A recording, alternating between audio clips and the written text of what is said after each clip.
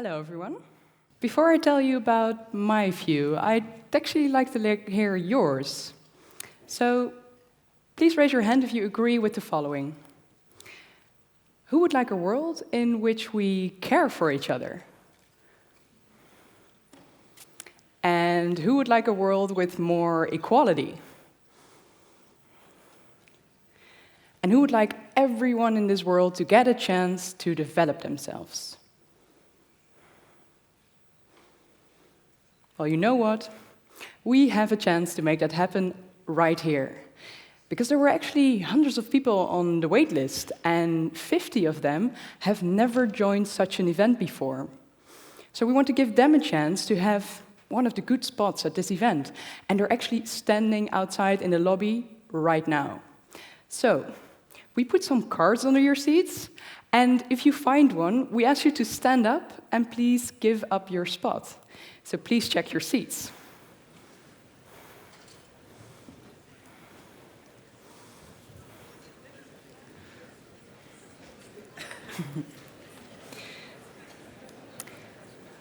No one?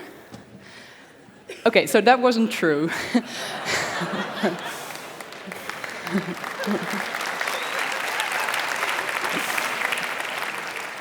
So there are no cards. So that wasn't true. But the relief I spotted over here was very true, though. And how can we blame you? Because who doesn't want a better world and keep their entitlements, keep their good chair at the same time? But think about it.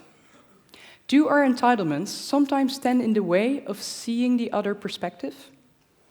And therefore maybe stand in the way of change?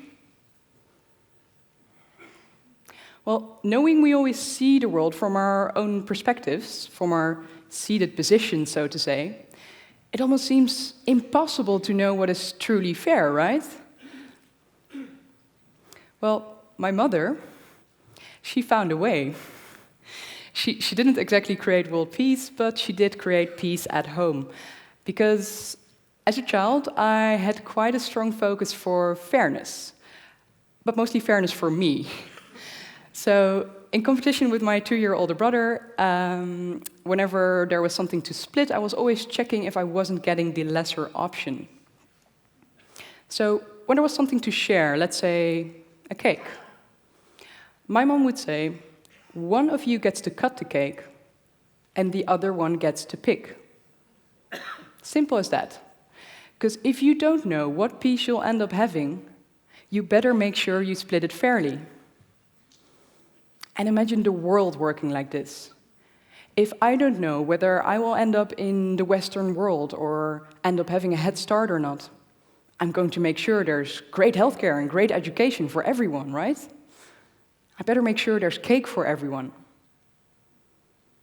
And as long as questioning ourselves like this is not a common practice, we should stimulate dialogue and creativity on how to make fair the new normal.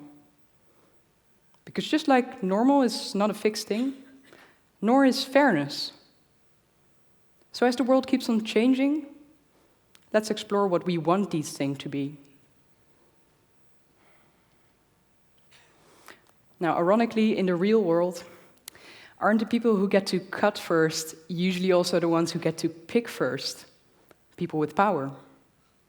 How can we deal with this? How can we make sure that anyone can take part in exploring how we want society to work? Well, for exactly this, I designed a discussion tool, together with hundreds of children and teachers. And it's called Terra Nova Mini-maatschappij, the mini-society. Works like this. Along the storyline of an island, players discuss solutions for societal issues.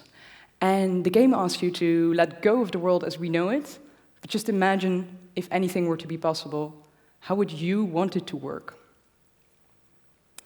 But you sit around this game with other people, and we're all trying to apply our own ideals on this little piece of land, so I'm curious what happens then. Let's see what happens then.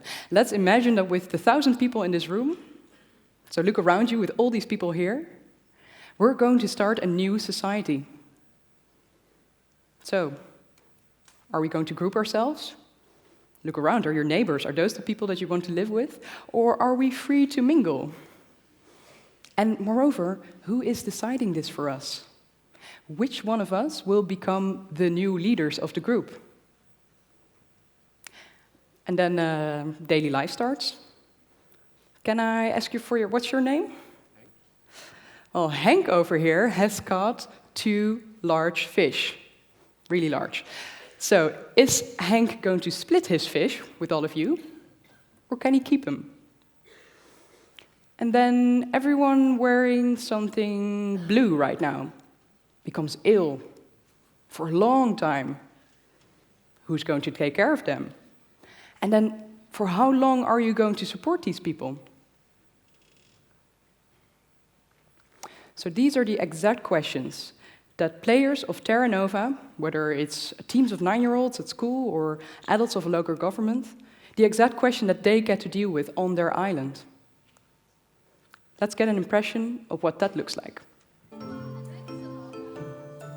Een eilandbewoner heeft 2 vissen gevangen. Mag ze zelf houden of moet ze ze delen? Als jij ze zou verdelen, hoe zou jij ze verdelen? Ik zou gewoon eerlijk verdelen, want ja, we werken toch samen en dat is gewoon beter voor iedereen. Het kan zijn dat sommige mensen denken van, nou, ik krijg toch wel vis, dus ik kan net zo goed niet gaan werken.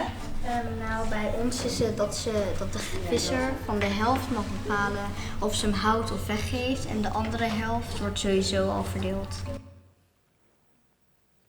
Well, here you see kids at school. And it's true.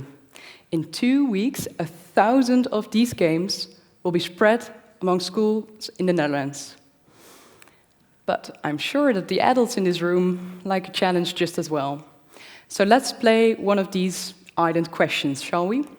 I'm going to read it out, and then I want to see hands for option A or option B. Okay? Here we go. So, your orange islanders want to trade their coconuts for these blue people's fish. An equal trade is 1-to-1, but we know that the blue people's fish will rot at some point. And therefore, if we wait 2 weeks, we'll actually catch twice as much. And then the blue people, they did work equally hard for their fish, but they just get less back. So, these are the options. I'd like to see hands. So who's for option A, an equal trade right now, 1-to-1? And who's for option B, wait 2 weeks, but receive more? I see, so there's mostly A-minded people in this room. And maybe you might also wonder, what does it even matter what we want? Because in the end, isn't it the big companies or governments who decide these things? And that's where I'd like to, like you and children and anyone who plays Terra Nova, to experience that we decide every day. Here you go, a can of fish and the second one is free. Recognize that? So we decide with our choices, and someone pays the price, whether it's fisherman or the environment. So we decide what is normal in society. And therefore, there are also no right and wrong answers in Terra Nova, but you are challenged to think about what is normal. Because if we keep on viewing something as normal, we seem to just accept it, right? We no longer wonder about it or question it. And if we do not question, we do not change. Though you might have noticed in practice, when it comes to controversial topics, if you're talking to someone with a different opinion and you don't agree, conversation stops. We declare that the other one doesn't understand the world like we do, and that's that. And then if we talk to someone who we do agree with, well, actually, the more we agree, the more we want to talk to them. And maybe secretly enjoy that feeling of being right. But I was wondering what a game situation would add to this equation. What if we could talk about societal topics in a gameplay? Let's see how kids handle the next situations. Newcomers arriving on their island. Er strandt een schip met 4 nieuwelingen. Mogen de nieuwelingen ook op het eiland komen wonen? Het eiland is van de oranje mensen, dus de oranje mensen hebben het voor het zeggen. Maar wat nou als deze meneer, mevrouw, dan ineens zegt van... Ja, maar ik vind het niet eerlijk. Wij worden buitengesloten. Ik wil ook aan de leiding. Ze horen gewoon bij de rest, maar ze zijn wel gewoon bij elkaar. Maar ze moeten gewoon de rest doen wat de normalen ook doen, ja? Yeah, those are kids, but then the ultimate test, what happens if we get voters for a right-wing populist party, a Labour Party, and social liberalists to figure the same question out together? Can they form a society on a new piece of land? Let's check it out. Het is zeer onverstandig om ze dan meteen te laten mengen. Dus ik zou zeggen, huppakee, eerst maar eens eventjes op. Zo. Zeker nog niet in de groep opnemen. Ik denk niet dat deze 3 nieuwkomers de zaak zullen ontwrichten. Maar weet je wat dit voor vraagstuk eigenlijk is? Ga je uit van wantrouwen of vertrouwen? Ja, exact.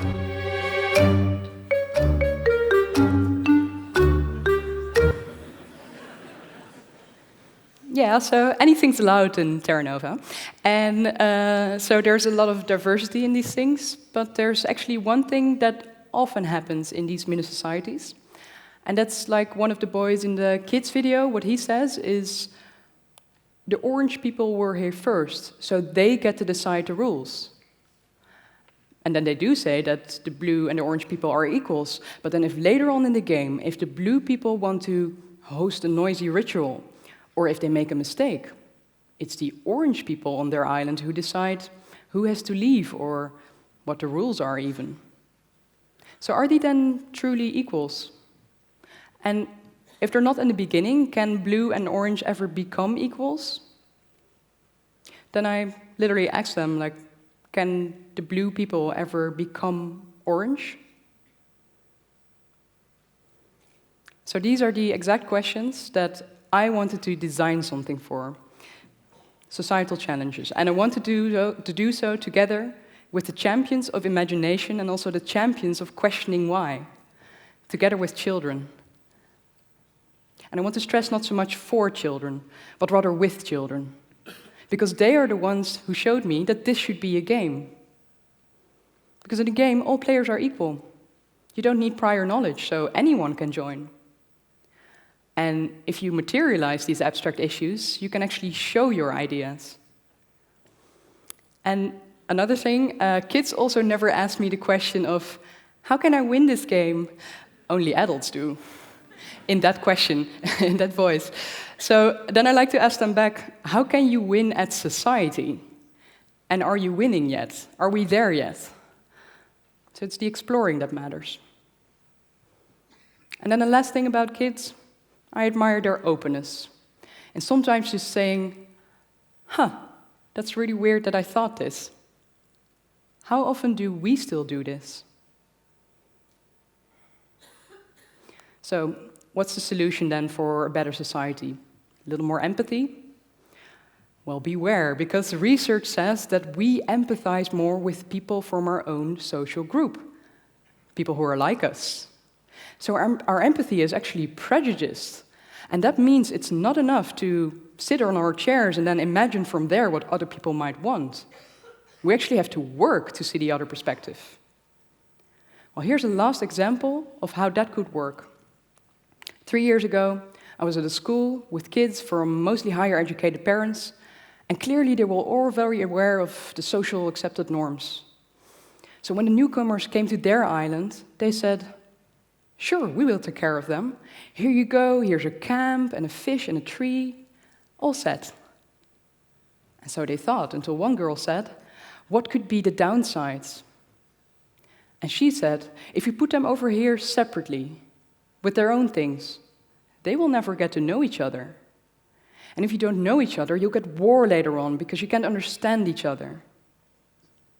Well, go 11-year-olds, but there's a serious notion behind this. So if we do not organize something, we don't get to know each other.